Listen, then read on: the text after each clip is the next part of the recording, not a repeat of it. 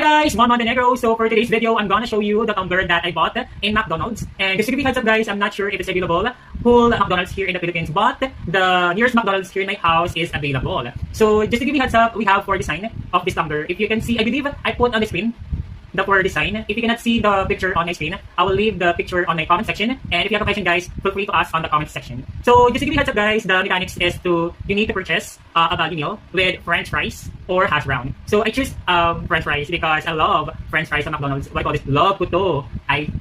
I love the french fries of the McDonald's. So yes, so we're gonna open it. Ta-da!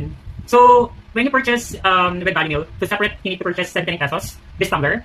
So we're gonna open it. So if you can see, we have two lids. Oh yes, 2 lids, and this is the tumbler. So I saw the temperature. This tumbler can hold liquid temperature from -20 to 120 degrees.